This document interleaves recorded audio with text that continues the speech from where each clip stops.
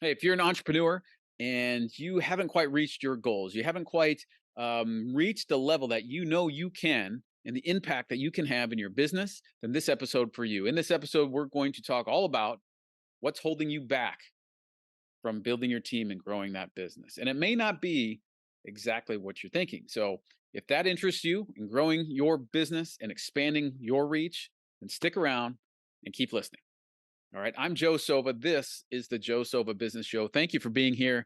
So excited you're here. If you are a driven entrepreneur who is a leader for your business, for your field, for your industry, in your life, if you feel deep down inside you that you are called for more impact, more income, that freedom, the very reason you started becoming an entrepreneur in the first place, then you're in the right place. Because today we're talking about taking your business, what the cliche term is, to the next level.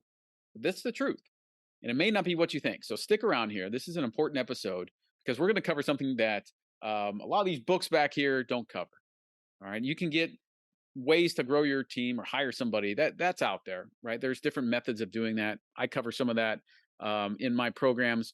But more importantly, we're going to go much, much deeper today than you probably expected. And this is a good thing. So stick with me till the end, and at the end, I'll give you three takeaways that you can actually implement right now. All right. So for all you people that are like, I don't want to think deep today, I just want something to do. I got that for you too, but you got to listen to the end. All right, and it all makes sense. We'll wrap it up in a nice bow, right, and give you that to take away from this episode. But let's look at this. So the real issue that most entrepreneurs, if you're like many of them out there, the real issue that you might think you have about building your team isn't that you don't want to, right? It's that you don't trust. I'm going to say that again. The issue with building your team and growing your business isn't that you don't want to, because you likely have the desire, you likely have the drive, you likely have the want to work hard and do all the stuff to build your business. But the missing component is trust. All right, stick with me here. This is where we're going to go deep, and I'm going to break all of this down. Now, some people might say, well, listen, I'm going to save a few dollars. I'm not going to hire that extra team member, right? Maybe you have nobody. Maybe it's just you. You're a solopreneur. Or maybe you have a virtual assistant or a contractor somewhere, or somebody who's kind of doing some things on the side for you, right? And you're like, if I hire somebody new, right, that's going to cost me money. Right? And I don't want to waste that money. Nobody wants to do that, right? And you're just unsure if that's going to work, right? Is that really a money issue? In fact, it's not. What you're saying is that you don't trust that investment will pay off because it's an investment into somebody. If you were to hire somebody, you're saying, I need to trust that investment will actually pay off. Otherwise, you resist and don't do it. All right. Let's look at another example.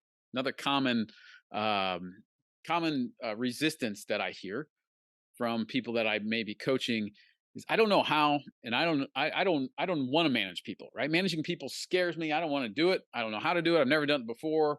Right. I'm the lone wolf. I'm Maverick. Right. I work alone, and that's what I do. And what that really means, it's not that you want to just work alone, right? Because in order to scale your business, you've got to scale your business. It's not just a revenue thing. You've got to scale your actual team, right? So you already logically know that. So when you say, I don't want to manage somebody, right, it really comes down to, do I trust myself to lead others? Okay, stick with that. I'm going to dive deep into each of these here momentarily. All right. And the third thing, and this is all these are important. This is maybe the most important. All right. A common thing I hear coaching businesses one on one. I hear, I'll do it later when I have more customers. I'll do it later when I have more revenue. I'll do it later when I get to XYZ customers. All right, I'll do it later. And what that really comes down to, you may or may not realize this yet, is that's trusting yourself to do what actually matters. Right? Get out of the busy and do what actually matters in the business. All right. So those are the three areas we're going to cover in this episode. All right, let's look at the first one.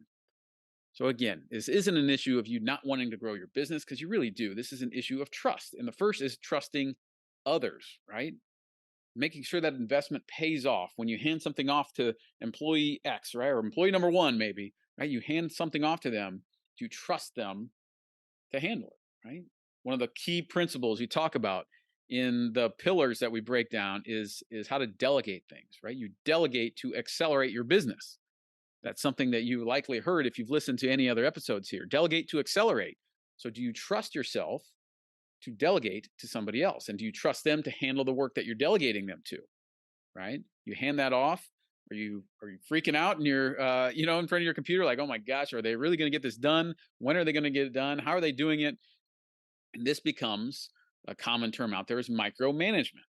Nobody. I love it when people say they're in an interview and they say, "Oh yeah, I don't want to be micromanaged," right? Or the person who's doing the interview says, "I don't want to micromanage anybody," right? Of course not. Nobody wants to be micromanaged out there, right? That's watching every step of the way. Yet, what many entrepreneurs do is hand something off and then they're checking every little last thing, saying exactly how to get it done, right? They're handing it off for the work, but they're answering all the questions and they're figuring it all out for the person. The person becomes a robot to do it exactly as you said, right? That's the opposite of trusting somebody to handle the work, right? You've got to allow them to learn. The only way they will learn is by actually doing things, right? You don't Baby doesn't learn to walk by the parents grabbing their legs and helping them walk, right? That's not how the baby learns to walk. Now, hopefully you're not hiring babies in your business. That would be weird unless you're like a diaper company, maybe, for models or something. Anyways, getting back on track, you allow people to learn by actually doing. Okay. And so when you don't trust others, that's what's holding you back from actually growing and allowing that team to expand. All right. So that's number one, trusting others. So key, so important. All right. Number two, this is one that hits home with a lot of people, is trusting yourself to lead, not manage. Now, what does that mean? It sounds like the same thing. Leading, manager, is it just, is this just words interchange there? No, it's not. Right. A manager is somebody who has people work for them and they do what they're told. Right? There's not much accountability there. There's simply following a list of instructions, not a lot of critical thinking, problem solving, that sort of thing. A leader has that trust, right? They have people who share a vision with them much deeper than simply punch in, punch out, get things off my plate, right? Push the paper to the next pile and get done with work, right? A leader is sharing a vision and that accountability for the outcomes of the work that needs to be done and whatever that looks like within the business. All right. So do you ask yourself, do you trust yourself to be able to lead? Right? Nobody wants to manage people. Nobody wants to micromanage people, especially. But do you trust yourself to lead somebody?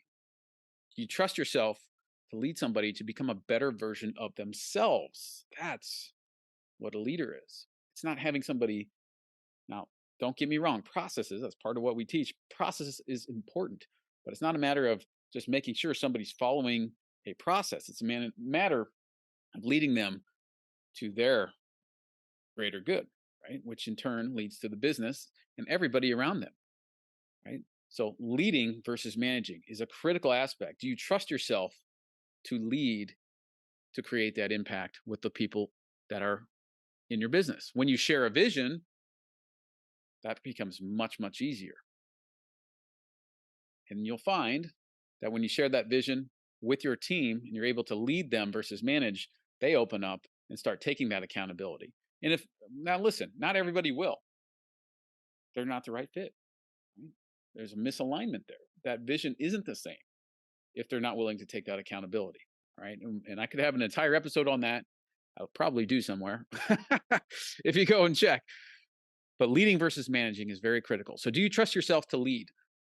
Is the next question to ask yourself. All right. Now, this last one, I'm going to spend a little more time here because this one is where most entrepreneurs get hung up. All right. Do you trust yourself to do what matters? Do you trust yourself to do what matters? Because busy is a distraction. It's the ultimate distraction in our business. Right? When we're busy, we feel good, right? We might feel tired, might feel exhausted, but boy, do we feel like we accomplished, right? We got something done today. I was busy from 7 a.m. to 7 p.m. and then I went back at it and worked till midnight again. And boy, was I busy. Right? But here's the thing. Busy is not only a distraction, it's a deception. Busy is a deception because it's deceiving you and distracting you from your real purpose in the business. right? Just because you're always moving and doing something doesn't mean you're doing the right things, right? It doesn't mean that typing that email or working on that graphic for 3 hours is actually moving the business forward to your goals. Sure, you're busy, but it's distracting you from the purpose that you started your business in the first place, right? When you delegate those tasks and that busy work, do you trust yourself to focus on what matters? That's the key here, because you can get everything off your plate, but if you replace it with more busy work, you're no better off than when you had zero employees. Now, the opposite of that is true as well. When you delegate the tasks and the busy work to your staff, now you can focus on what matters. So, do you trust yourself to do that? Do you trust yourself to earn more with the time you have? That's the critical point here, right? Just because you have more time, now you have to use that time to really dive deep and do the meaningful work, do the purposeful work. You have to trust yourself that you are good enough to do what matters in the business. Think of it this way: if you run a grocery store, right? And that's your passion, your dream, you want to provide good food for people. Is your time best spent stocking the shelves, right? Unloading the truck and stocking the shelves? Or is it best spent marketing to people that need your food and connecting with the community that needs your food so that they know you exist?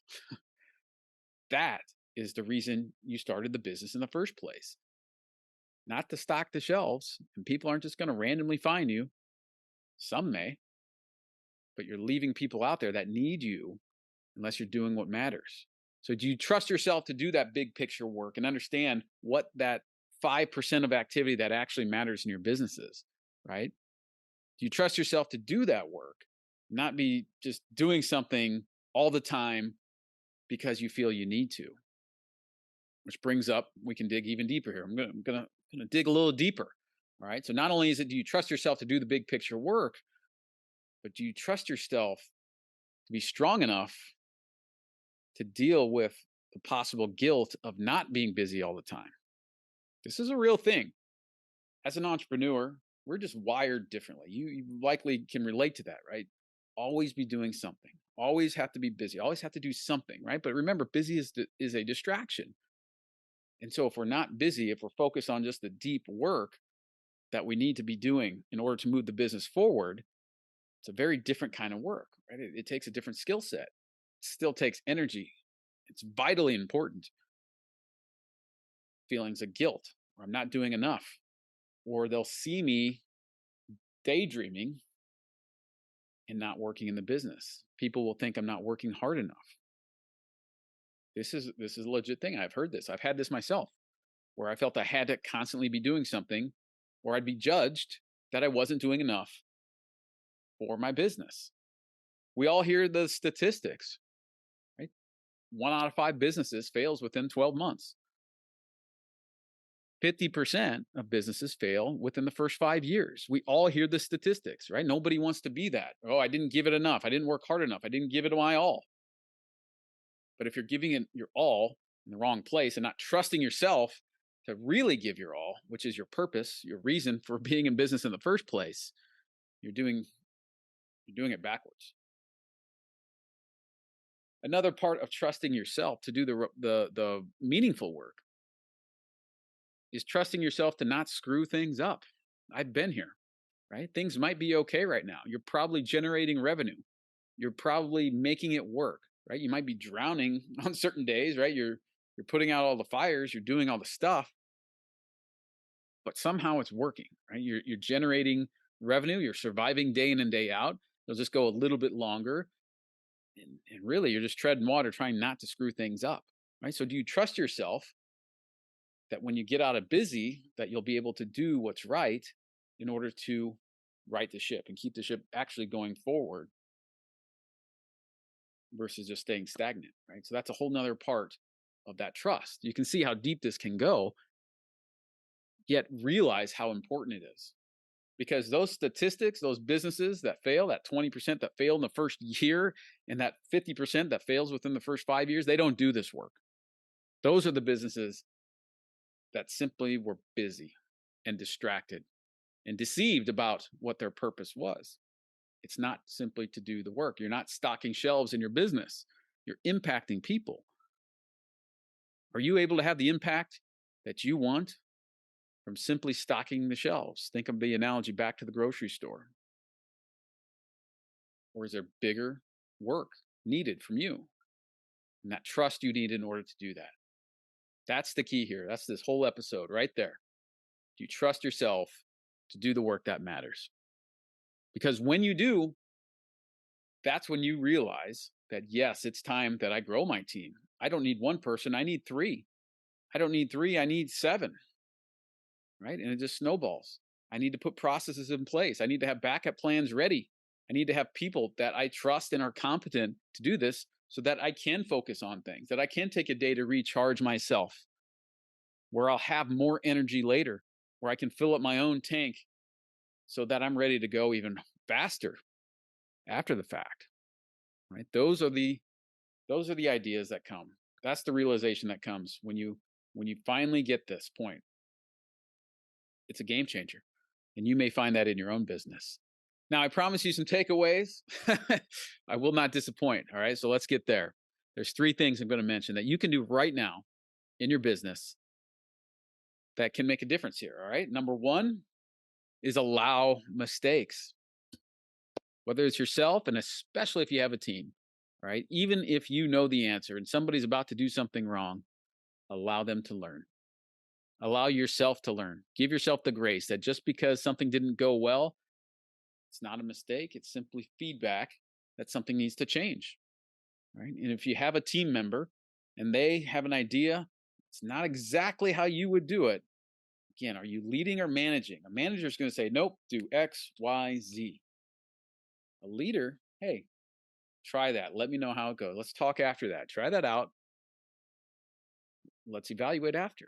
They might surprise you. Maybe their way does work. Maybe it blows up in their face. And then you can have a conversation about, okay, here's what went wrong.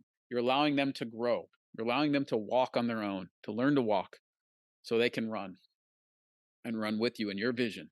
Right? So allow mistakes. That's critical. And you'll find that to be very important for the culture of your business.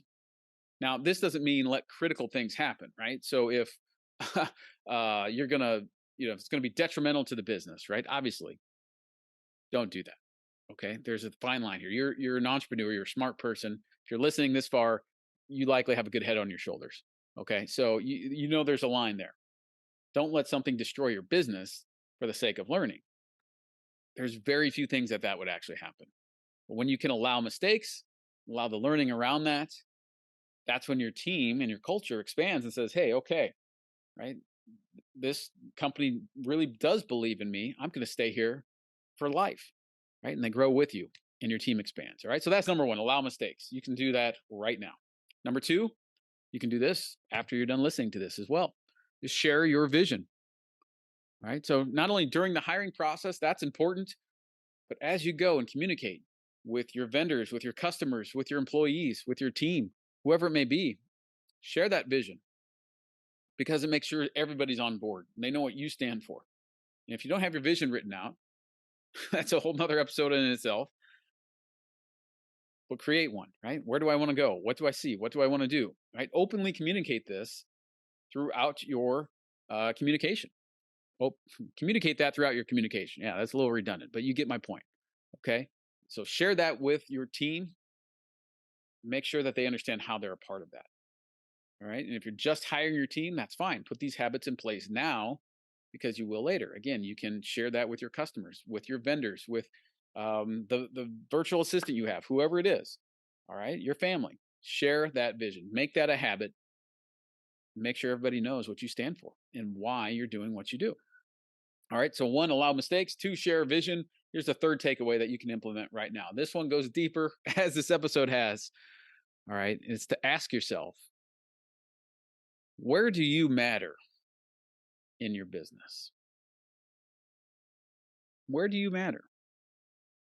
What is your zone of genius? You've probably heard that term, zone of genius. That's the area that you are gifted in.